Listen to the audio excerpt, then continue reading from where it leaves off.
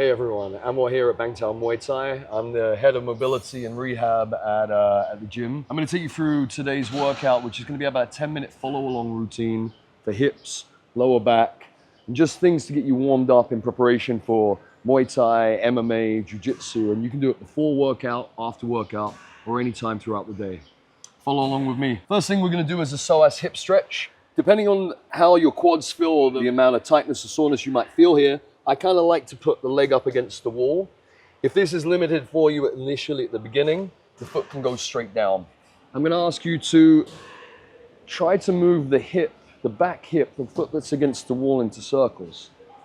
And what we're doing is, as we move around in a circle one way a few times and a circle the other way, you'll start to pay attention and notice that part of your circle won't feel quite round. There might be something that feels more like an edge.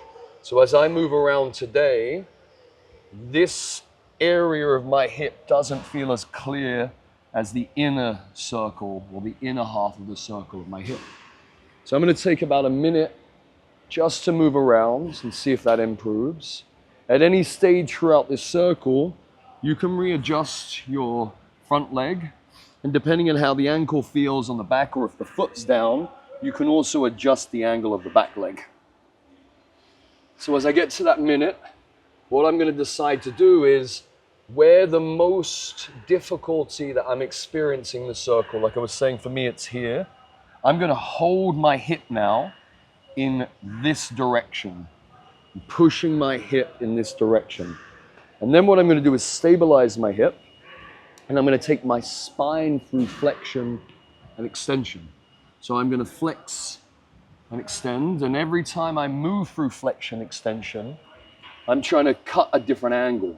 I can come back this way, I can go this way, I can come back this way.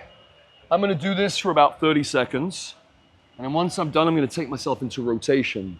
The safest and easiest way for rotation is to drop the sternum and feel like you have more flexion in the spine. And then from this position, I'm going to twist and rotate. The same principle with our flexion extension. As I twist and rotate, I'm not always looking to do the same position.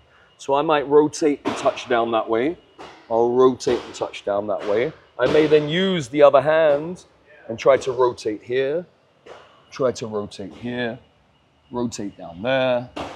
And I'll take this rotation for, again, about another 30 seconds.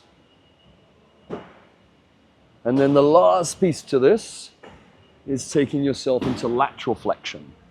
Same principle with the sternum, heavy, open at the back, and then we're going to side bend. Side bend touching here, reaching, looking at the hand, touch into a different place, look, rotate. And what I'm trying to do is minimize the movement of my pelvis throughout and maximize the movement of my spine. Good. Once you've done that, you can release. What I quite like to do is then check and test each leg. And you can do that in different ways by lifting the leg, maybe going into a squat. And what you're looking for is actually an initial change straight away. It should improve your range of motion. If you come out of any of these exercises and you feel there's pain, discomfort, any aggravation, probably did something wrong throughout those movements. You either went too far, for example, like I was saying, foot up the wall might have been too advanced at the beginning. Coming down, what you also may have done is extended beyond the range that you can actually control and force something for another part of the body. So just be aware when you do these. Let's go ahead and do the other side. My foot goes onto the wall. My base is about hip to shoulder distance apart. And I'm going to keep my feet kind of almost facing the front. And then I'm going to move my hips in circles. I'll do a few circles one way. I'll do a few circles the other way. And I've got a similar feeling already on this hip. So rather than here, I'm kind of at this angle, I feel that there's discomfort. Now at the beginning, I'm just going to make a few readjustments to see if I can improve that range. And what I'm looking for is to go for the largest surface, the largest space that I can without causing any direct pain, and My objective for the first minute is to see what I can do to improve the quality of movement. So as I come to that first minute, I'm then gonna make a decision on where I hold and stabilize my pelvis. So I'm gonna, I think this angle here, with my hips stable, the movement comes from my spine, not the hip, not the pelvis. So I'm gonna go into flexion, extension, and you can have variations of how you do your flexion. So I can reach and touch with different hands. And what you'll notice is that as I take my head off of center line, before I do another movement, I bring it back to center line. I take it off of center line, I bring it back to center line. Off center line, back, off, back, off, back. Once I've done about 30 seconds, sternum heavy, open at the back, rotation. I'm trying to look for the nicest version of rotation. If I feel any discomfort, which I do when I go this way, I'm gonna do some other variations to see how that feels and if I can improve my rotation. After 30 seconds, we'll take it into a side bend, sternum heavy, laterally flex. Every time my hand goes down, it touches somewhere different. Every time my arm goes up, I can rotate it a different way. I can look at my hand, I can look at the floor, minimizing the movement of my pelvis, maximizing the movement throughout my spine. It's great. As you come towards the end, you can finish something that feels good to you. If you want to add a different type of movement or go back to an original one, you can, and that's time. So once you've moved the hips, both sides, come out of it, retest. Make sure that you feel good. Some days I have to do a 2-to-1 ratio. I'll come out, I'll move my hips, and like even today, I feel that this side of my hip doesn't feel as open as this side of my hip. So ideal options, you're going to go back and do another set on the leg, or you can do longer on that leg. So it doesn't have to be 10 minutes. If you have time, you can do 15 or 20 minutes and just keep going back and forth until you feel great throughout the hips. This one for me helps to improve the height and the ability to rotate through a kick. So whether you're going to use a box, a bench, what I like to do is put my foot onto the wall here. You don't need to go to full end range. Find a comfortable height and make sure that your pelvis can still move freely. If I go up to end range, I have a limited rotation here. Whereas if I take my leg a little lower, I can move comfortably through my hips. And then what we're going to do, almost similar to the psoas, is I'm going to come into flexion and reach for the foot, but then I'm actually going to go down to the bottom foot. I'm going to go for this. Every time I come forwards, I take my head off of center line, I come back. I take my head off of center line, I come back. Every time I'm moving, I'm trying to do something different, find my balance. Something different.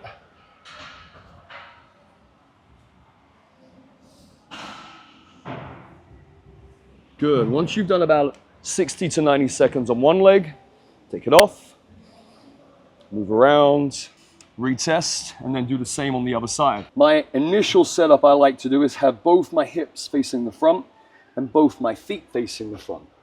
And then what I'll do is I'll take myself through the range. And as you notice that with my hips and foot facing this way, I'm restricted and I'm struggling to get to the ground. So I'll do this a few times, and then I'll change. And by changing and opening my hip, I already improved my range. And I'm feeling different lines of pull, different tensions and different areas of stretch throughout my body. And I'm just noticing, I'm paying attention, I'm modifying my position, what I can do to improve the movement throughout my pelvis, my hips, and my lower back.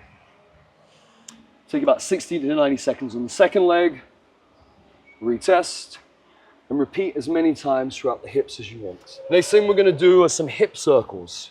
What I quite like to do is use something that blocks my body from moving. You can do this without, but really the principle of doing a hip circle is to only move the hip.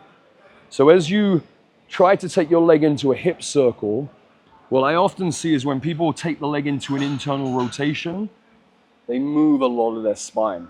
At home, I typically put my body against the door frame, I'll hold the wall, and I'll hold the panel of the door here. And then this gives you an active block. My pelvis has connection, my rib cage and shoulder has connection, and then I'm using my forearm to give me feedback of what's going on in my spine. And what we're aiming to do is take our leg through the biggest circle that we can.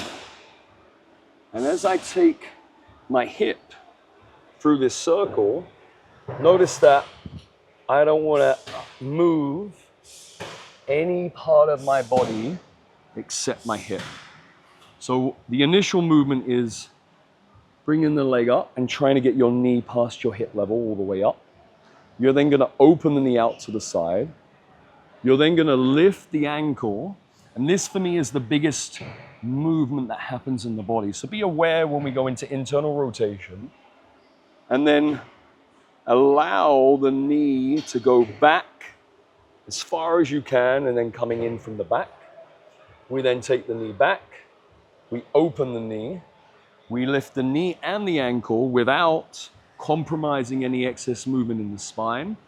I like to do 3 circles nice and slow. Lift the knee, open the knee, rotate through the hip, and then send the knee all the way back. No change in the spine, no movement of the head, no excess movement throughout the body. And all the way up, all the way through. Second round. On our third one, we're going to hold it a little bit longer. And what I'm doing as I rotate is I'm looking for the shittiest place, really, the place with most discomfort. And I'm trying to be aware that it's not painful, but it's hard. And for me, it's this angle. So what we'll do for the last 30 to 40 seconds is just move only the hip. I don't want to see any excess movement, no movement of the head. And I am taking my hip through internal, external. I'm taking it through flexion. And I'm just looking for where I can build extra time under tension, extra strength, endurance, and more control. After the 30 seconds, bring the knee up and through, and complete the circle, and then go for a walk. Test the hips. Again, instantly you should feel an improvement through the hips. For me, it gives me the sensation of like lightness or more strength. If there's anything that has discomfort, pain, or any issues, the initial part to do is make the circle smaller and slower. And if you're still struggling with this, I would then avoid this one, go back to your psoas stretch, and then try to come back and maybe do only 1 or 2 of these versus 3 with a long hold. Let's go to the other side. We'll control the torso. And when I'm using the wall or I'm using the bar, I'm not holding on and tensing everything here. I'm supporting with a light touch, and this is giving me feedback. I'll lift the knee up. I'll open the knee out to the side. I'll rotate through the hip. I'll keep the knee as high as I can without moving through the back. And I'll send it all the way back and come all the way in. I'll send the knee back. I'll open. I'll lift the knee, lift the ankle, control my movement. Take it down, that's round 1. Second one, lift, open, rotate. Stabilize through the spine, control your breathing. And what I notice is that if there's a stage where I start to tense my breath, hold and do any unnecessary strain. At the beginning, it might just be too much. Make the movement smaller and come through an easier range with more control. On our third round, we do the hold on the way back. I'll send it all the way back with control, coming in from the back. I'll take my hip into extension. I'll rotate. I'll lift the knee and the ankle. And then wherever I found the most difficulty, I'm holding for 30 seconds in that range, exploring different options, different variations, controlling my breathing. If it's too hard up here, circle can be smaller and lower. Keeping control.